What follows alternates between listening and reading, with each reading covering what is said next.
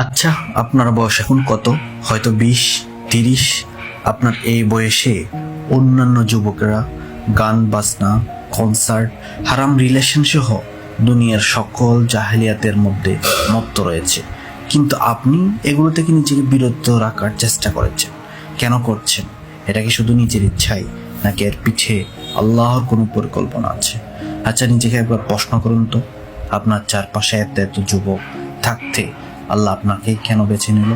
কেনই বা 8-10টা ছেলের মতো আপনি অশ্লীলতা, বেহায়াপনায় গা ভাসিয়ে দিলেন না? অথচ আপনার কাছে কিন্তু এগুলো সবগুলোই করার সুযোগ ছিল। অর্থাৎ আল্লাহ খুব করে চাচ্ছেন আপনি দিনের জন্য কিছু করেন এবং দিন ইসলাম প্রতিষ্ঠায় কিছুটা হলেও ভূমিকা রাখেন। নিজেকে বরং একটু সময় দিন এবং আপনাকে ঘিরে আল্লাহর পরিকল্পনাটা বোঝার চেষ্টা করুন। আর আল্লাহ বলেন, তোমরা দিনকে প্রতিষ্ঠা করো এবং তাতে অনৈক্য সৃষ্টি করো না। সূরা আস-সূরা আয়াত 13।